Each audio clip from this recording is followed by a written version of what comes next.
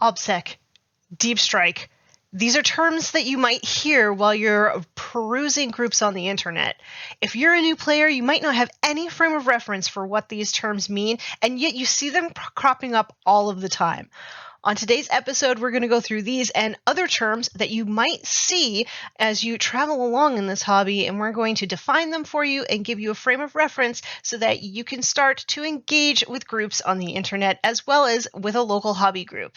So stay tuned, we're going to get you all caught up. My name is Tanya, otherwise known as the War Mistress. I've painted some minis, I've played some games, and I'm on a mission to be nice and roll dice.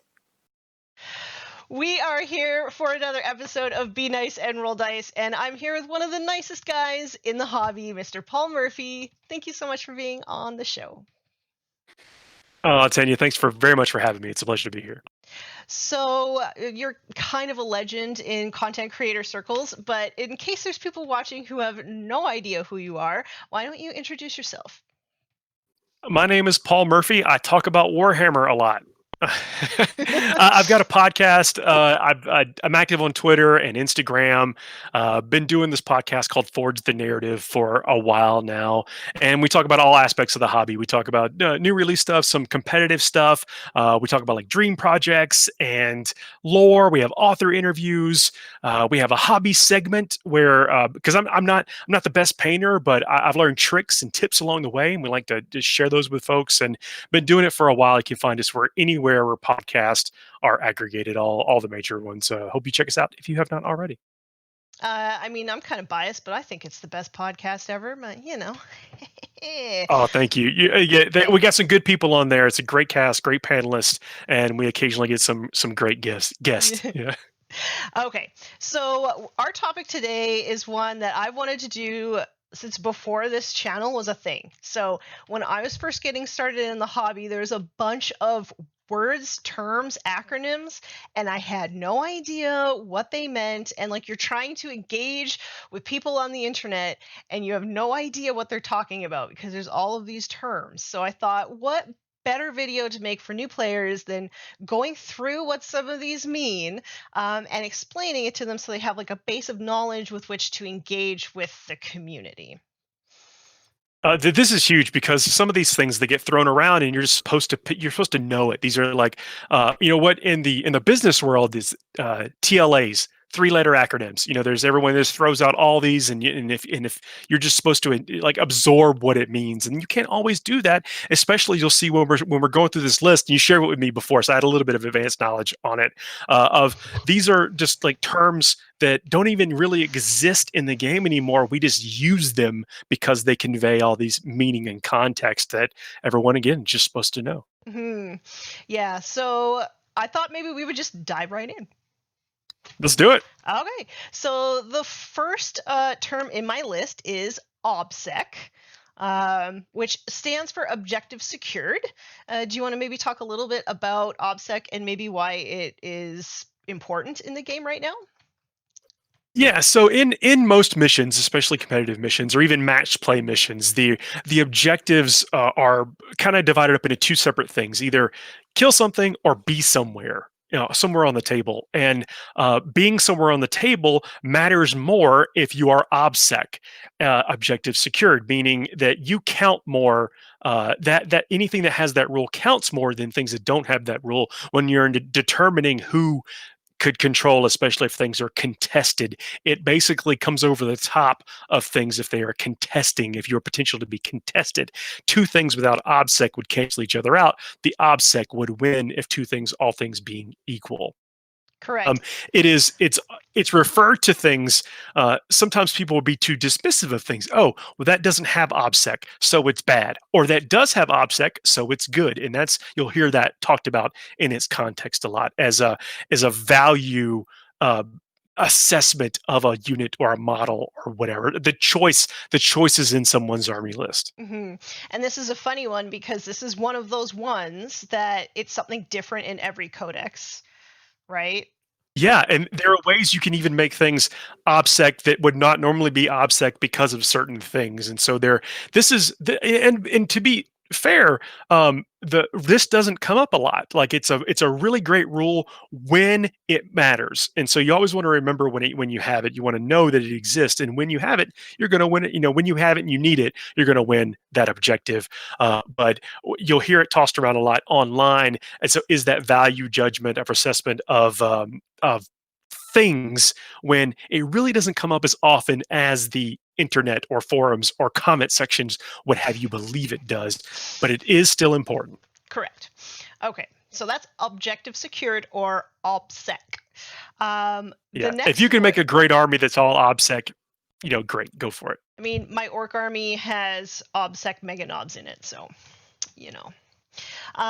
So the next one is Deep Strike, and this is not a term that exists in the game anymore anywhere that I can find, right? Like, they've just gotten rid of it everywhere. Yeah, it doesn't. It used to be a special rule. So the origin of Deep Strike was that it was a special rule that only certain things had, and then it became a special rule that only certain missions allowed you. Like if the mission didn't say you could use Deep Strike, you couldn't use it. And now in Eighth Edition, it became where you no longer units you deployed them in fake space. You deployed them in the teleportarium, in the warp, the shock attack gun. You deployed your squigs, you know, somewhere. You know, it was Fantasyland off table. But what Deep Strike means is when things arrive from off table after deployment, somewhere within the interior of the table. So there, imagine them beaming in like Star Trek from somewhere else in onto the table. That is what Deep Strike means, and it's more for shorthand speak for things that deploy somewhere during the course of the game. Somewhere on the table, not in the deployment phase, or not specifically from the table edge. So yeah, that's what Deep Strike means, and it used to actually be like a keyword rule that you had, but now we just call anything that has this ability Deep Strike, and you'll actually hear this one quite a lot. Okay, the next one is for drop pod. It's not drop pod assault. They deep strike. You know, they deep strike on Terra 1 or whatever. You know, there's. The next one is one of those 3-letter acronyms that we were talking about. So MSU. All right. So this is a style of army. It means multiple small units or many small units where you don't take giant like orcs, for instance, you 30 boys in a squad. They are that, and you wouldn't take too many of them. Like they'd eat up a lot of points, and so your army is a bunch of green rolling blobs that roll across the table. MSU would be if you took a bunch of 10-man squads or a bunch of 5-man squads, or you took, back in the day, it referred to taking 7-8 Razorbacks or whatever, 5-man squads in them or something. So any army composed of many small units instead of either a mix of things or big large units that each unit is a lot of points or whatever. That is an MSU army, and it refers to a style of army. And then I have another 3-letter acronym for you, which is FNP. And another way that you might see this particular idea is if you have 3 plus signs right next to each other. So what is this one? This is a legacy term. Feel no pain is what it stands for, and that does not exist anymore. It used to be back in the day, like things like Death Company in 3rd and 4th edition had a rule called feel no pain, which means that they could ignore the injury, and that 3 plus. The first plus refers to an armor save. So a 3 plus armor save, that's their save. 3 plus plus, when you see the double plus, that it then refers to their invulnerable save. And then the triple plus refers to this way to still shrug off injury. If it makes it through all of that, they can still ignore a wound. And so the feel no pain now means ignore injury, or now refers disgustingly this or that, revoltingly this. There's all kind of different terminology, but our shorthand for describing it is, I got my feel no pain, whatever. Let me roll my feel no pains. Hmm. That's what you'll see, and maybe in a comments you'll see it as the F and Ps or the triple plus or whatever. But it refers to after all saves have failed, some models get a couple of other rolls, and they may be able to ignore that injury or not feel that pain. Hmm.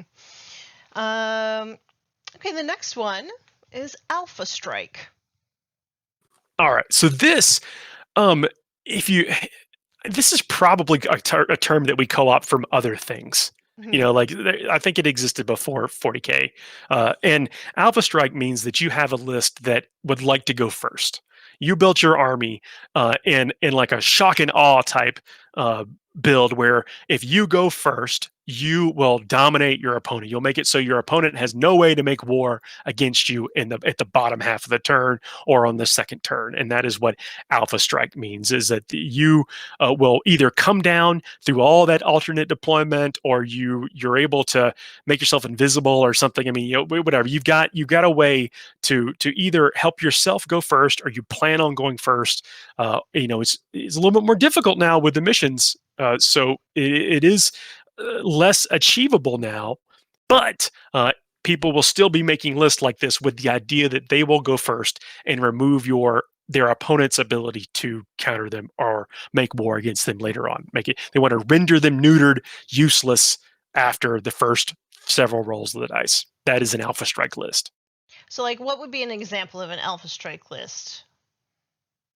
Like the So let's go back to drop pods. Yeah. So things that can potentially to where they don't care if they go second. They know that when they get their first turn, then or they go first, then they are going to remove you. This could be gunline Tau type stuff. They have so many guns and some durability because of some built-in rules that they will even if they go second, they don't reduce their ability to fight, and they can still come at you with full uh, guns bared.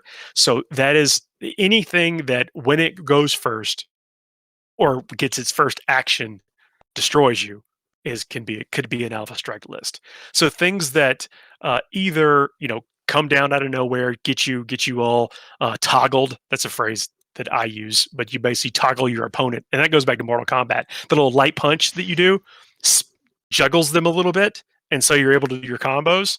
They've got something like that that they get you on the back foot early on. That's an Alpha Strike list. All right. And then the next one is actually a 4-letter acronym that we kind of talked a little bit about before we started recording, and that's WAAC, which is like This a is derogatory divisive. term sometimes. Now, And nobody seems to be able to agree on what it actually means. But the acronym itself has like a defined meaning. It's actually anytime you ever hear it, it is derogatory. It is completely. It is never. It is. It is even if you're joking around like, oh, that he's whack or he's a jerk. You're really telling them that they may have a problem with their play style. But it's often also misused. It means win at all cost. And when I say that's misused is because it sometimes gets applied to people that are just competitive. They know the rules in and out. They're up to date on their FAQs, and they're willing to discuss it with you. Like, hey, you can't move your figure here because it's not in the rules. And look, they're not wrong. They're not a win at all cost player. A win at all cost player is someone that by the definition is, let's just say, unscrupulous. They are not playing within the confines of the game. They're willing to break the confines of the game to try to exert their will on other players. That could be intentionally misinterpreting a rule. Oh, I didn't know how that worked, or getting their AP consistently wrong on certain weapons, or everybody makes mistakes. I'm not saying that. Look, you may not know that gun is AP2. You might have been playing half your guns as AP1 when you really should have been AP3 or 2 or whatever. That's got that kind of accidents happen, mistakes happen. There's lots of things that happen. But people that go and do this intentionally, premeditated, and habitually are win at all cost players. And it is a derogatory term. But not everyone who plays well or plays competitively or rides, that line of the rules is a winner at all. They're not WAAC. Yeah, I would say that if you see this term being sort of thrown around, on like internet groups or anything like that, I might just take a step back and evaluate like maybe there's just a lot of times this term is thrown around when there's a disconnect between what two players at the table are expecting to get out of the game. And misunderstandings happen. Maybe they didn't have a very good like pregame talk. And all of this is actually covered in my previous video with Alex McDougall. So if you missed that one, watch that one, because he goes over all of like the pregame talk. He goes over a lot of ways that you can actually like avoid a lot of these misunderstandings.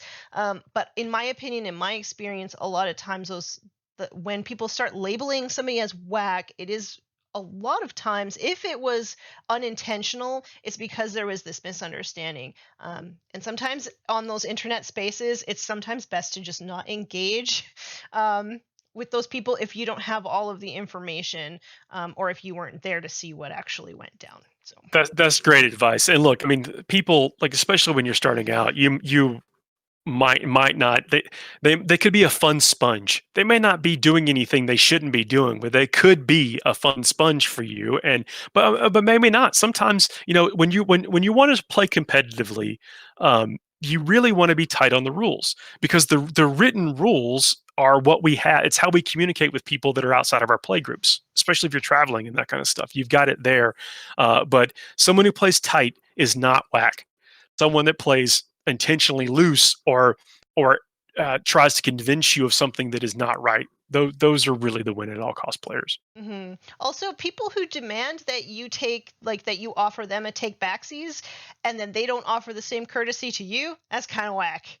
Just saying. That is incredibly whack. Yeah. That happens sometimes, but not all the time. We are playing a game, and most everybody is just there to have a good time. Yeah. And so, but we also play somewhat of an interpretive game, an abstract game, and so not everybody has the same idea of what's fun. And there's a concept of the way we do it around here. So certain stores rule their terrain as certain things.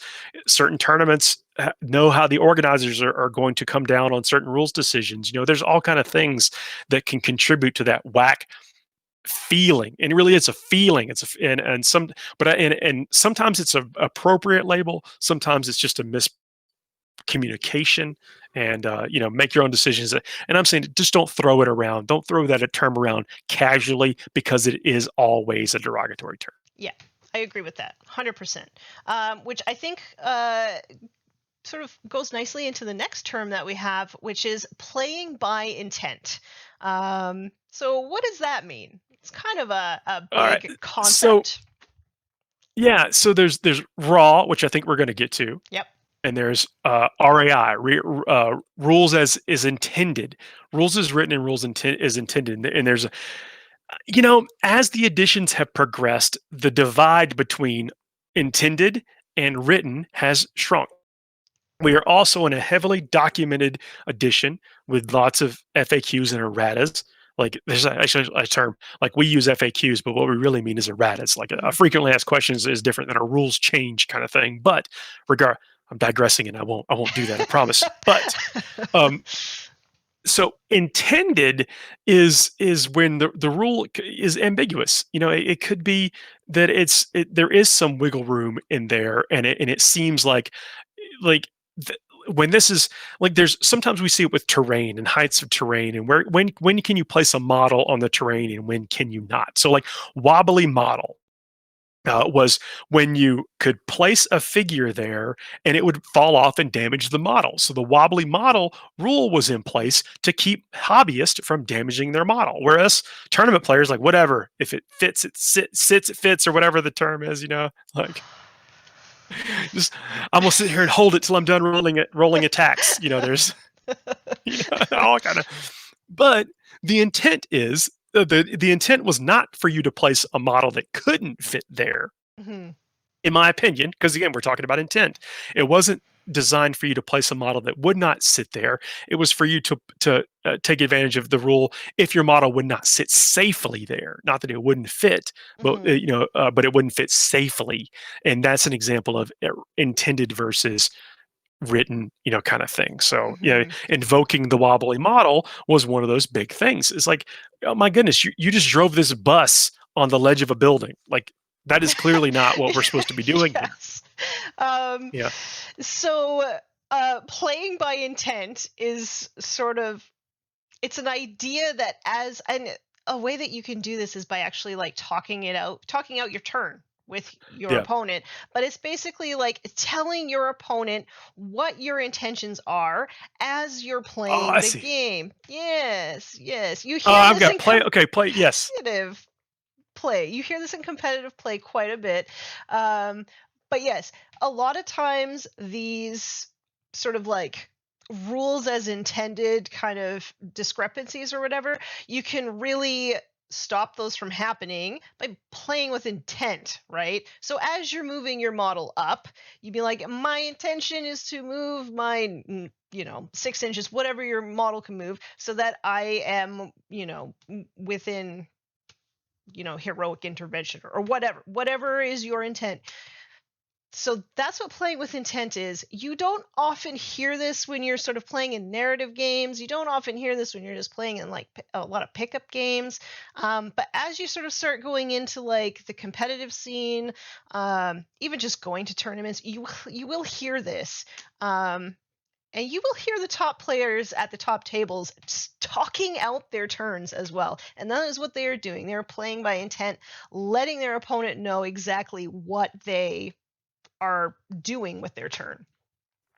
I'm sorry, I took us on a rabbit hole with the rules, and I apologize, but you're exactly right. No, I mean, Yeah. no, the table talking, communication, yes. Mhm. There's all things that you want to.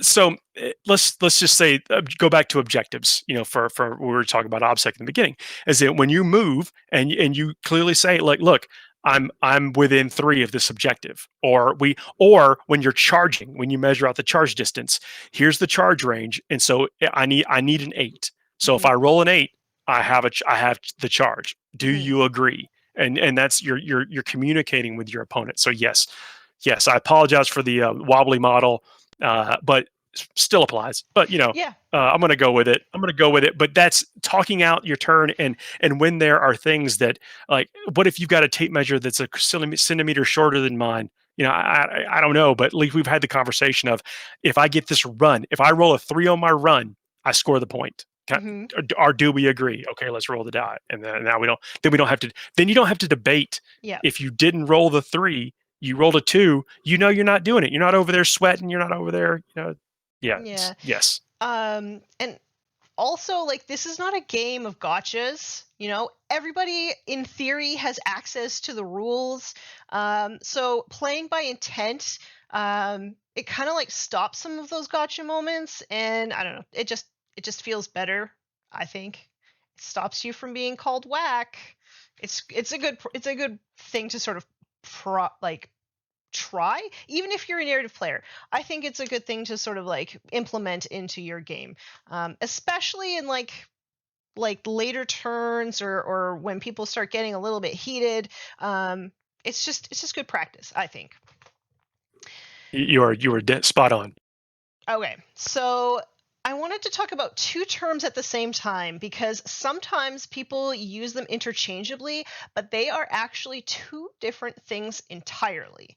So the first one is zoning out the board, and the second one is screening.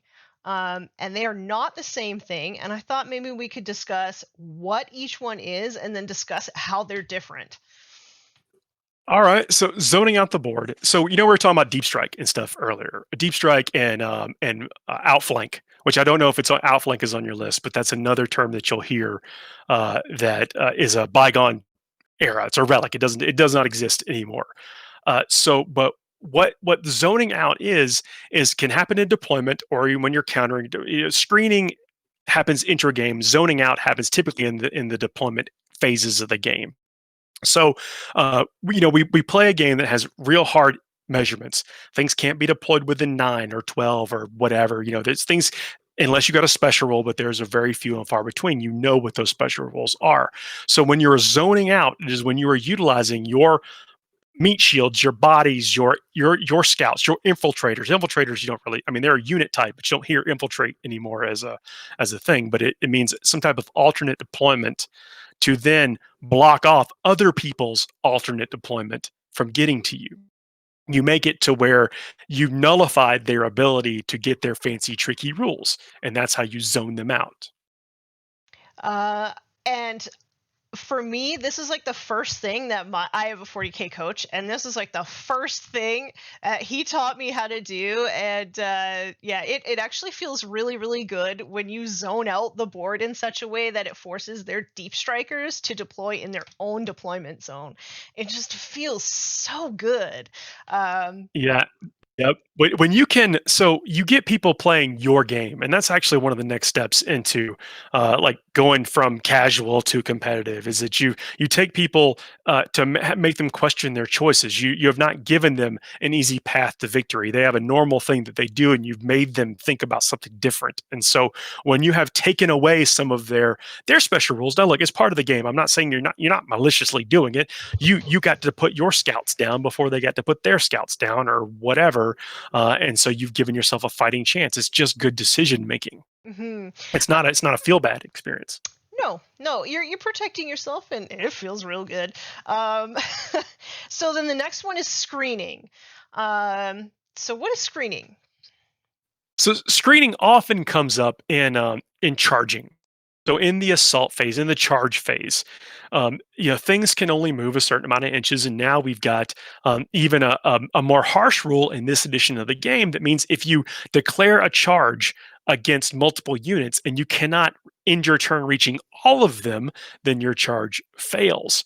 And so screening is typically creating these like picket lines, these barriers, these force fields around other things during the course of the game that makes it to where it's either a very risky or impossible way to charge. Mhm. Or not necessarily charge, could also mean where they have to charge that unit because they can't get to an objective or whatever. And so that you are creating a danger situation for your opponent or a bad choice for them, potentially bad choice or risky choice for them, and that's where you see screening a lot. And either you're surrounding an objective to where they can't get to it without coming through you, which may make and that's more difficult than others to where maybe they don't even have, like, because of the way it works out, they may not be able to consolidate into the objective. You're taking away some of their options, or and either to further your own points or to protect things on your side, figures, character models, things. You don't want the thing that's not good at close combat to get in the thing in close combat with a thing that's good, and so you may block it off with some disposable or ultimately chafe units. Mhm. I think the reason why these terms get used interchangeably sometimes is because they both are techniques to limit the movement of your opponent. So I think that's why they Yeah. sometimes get mixed up. But as you can see, they're completely different, right? One is actually stopping. Is going to be stopping your opponent from getting into your lines in like getting behind enemy lines, right? And the other one is essentially setting up your front lines. Both are protecting what you have worked really hard to get, your deployment zone, or the middle of the table, whatever you've worked hard to get.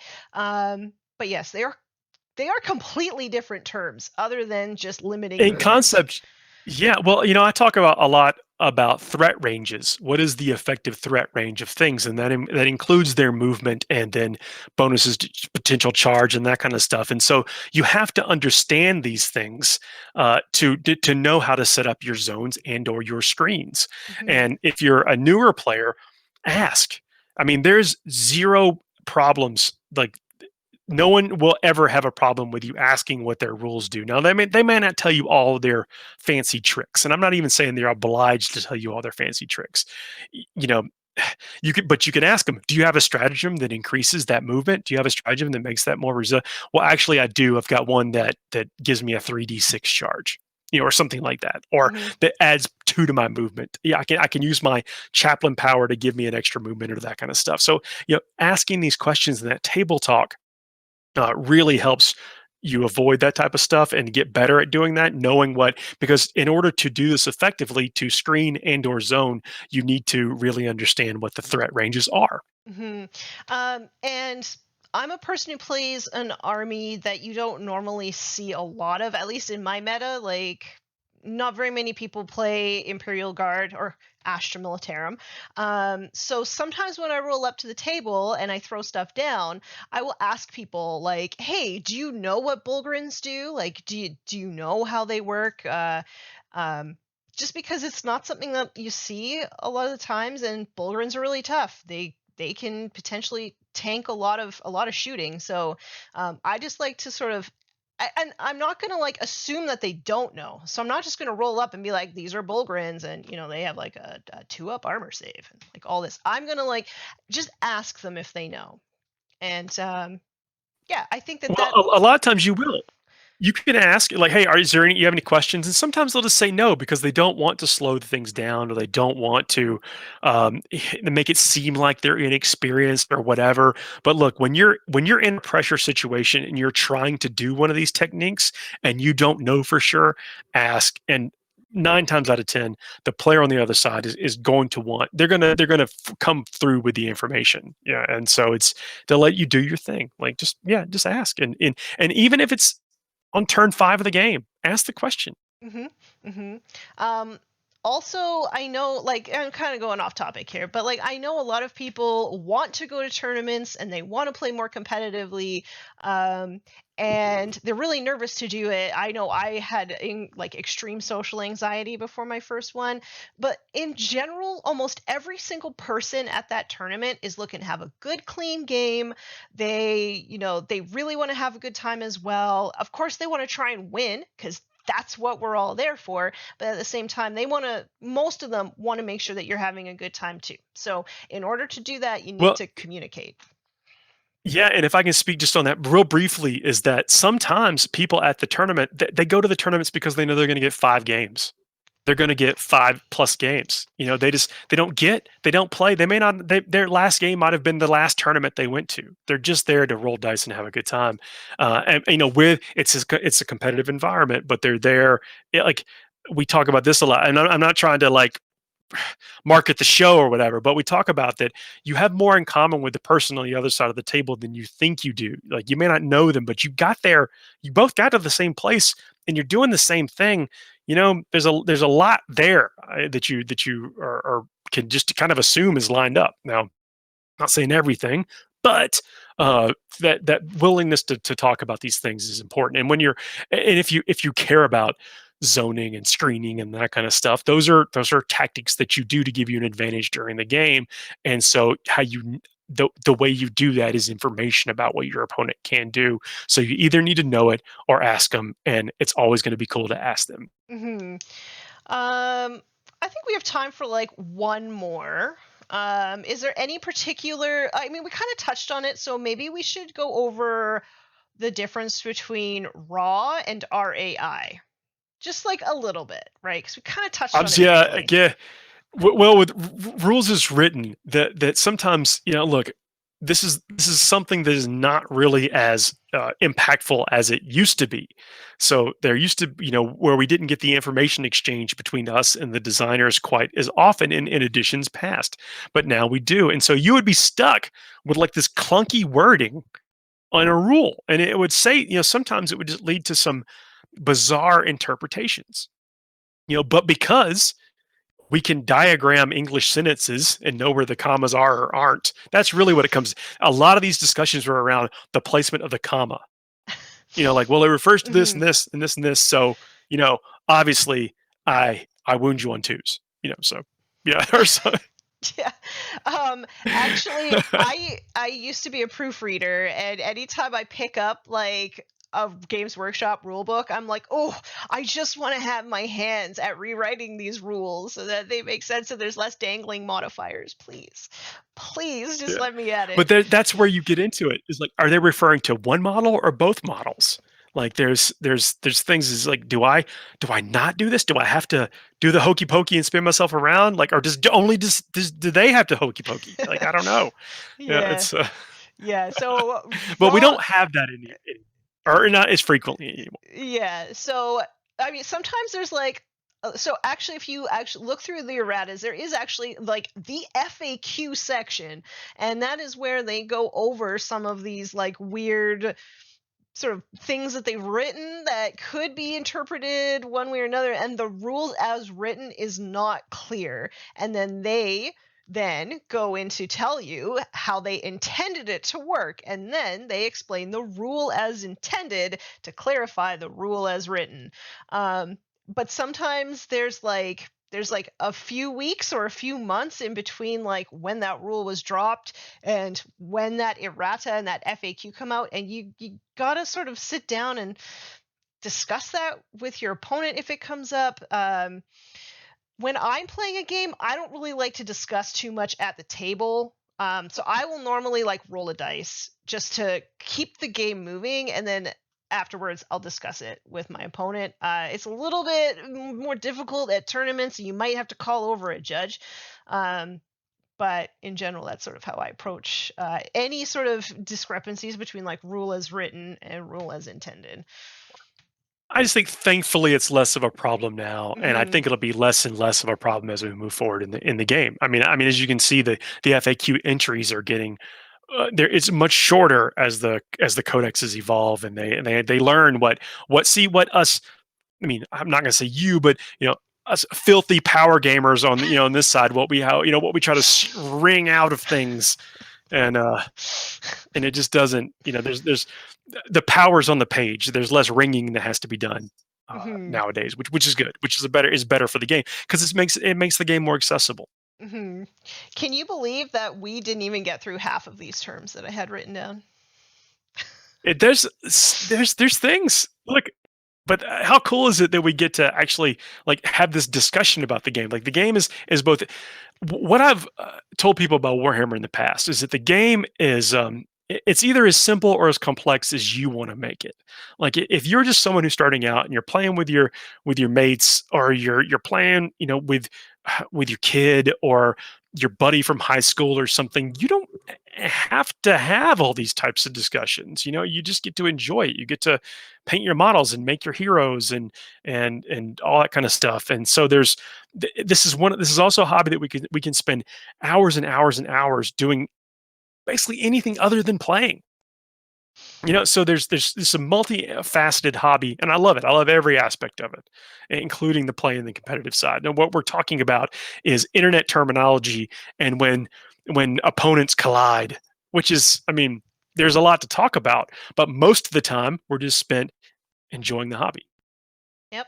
And I'm just going to be like controversial right here, and I'll say I've actually never had any disputes at a table at a tournament.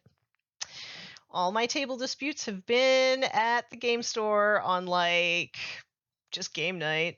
So, I will say some of the most spirited debates I've ever seen are between two narrative gamers. yeah. Yeah, uh, I'd actually agree with that. And I think that part of that, just sort of like a closing idea, is because like when you go and you play at a tournament, you can at least be sure of one thing, and that is both of you want to win, right? Not win at all cost, but like you have that in common. Like you want to go to the table, you want to try your best, you want your opponent to bring their best, and you want to win. And I think that but I alone, think that yeah. Yeah, no, I think everyone is vested in the outcome of their games, though. I really do think that so even when you're playing a board game, you do want to have cool things happen. You want something to happen. You're vested in whatever that outcome is. And so, we didn't. I mean, what you're talking about is we play a cooperative game. Like there's in Magic, there's a finite amount of fun that can happen. You know, and it's normally the winner is the one that consumes all of that fun. In 40K, there isn't. There's not a Mhm. finite amount of fun. You can have an interchange of fun kind of thing. And winning, while there is a component of it, it is not the only thing that matters. And so, at the very we have not lost from the core of this game is that it is a cooperative experience, and I like that. Yeah, I like that too. Well, Paul, do you think that you would come on and do a part 2 and maybe a part 3 if I've forgotten a lot? I'd love to. If you have me Yeah. back, I'd certainly appreciate it. Yeah. I'm gonna like open up the comments for people to like tell me all of the terms that we didn't even get to. There might even be a part 3. You never know. Let's do it. Yeah, awesome. Thank you so much for being on the show, Paul. And of course, all of your links will be in the show notes as well. Awesome. Thanks for having me. You guys have a great rest of y'all's afternoon, morning, or day, or whenever you're listening to this. Well, we know that there's going to be a second episode in this series, but will there be a third? If I've forgotten any terms that you think need to make it into a future video, please leave those as a comment down below. Make sure you follow and hit the bell so that you get a notification the next time that I release a new video. You can follow me on Instagram for daily updates. I stream on Twitch twice a week. Thank you so much, everybody, for tuning in, and as always, be nice and roll dice.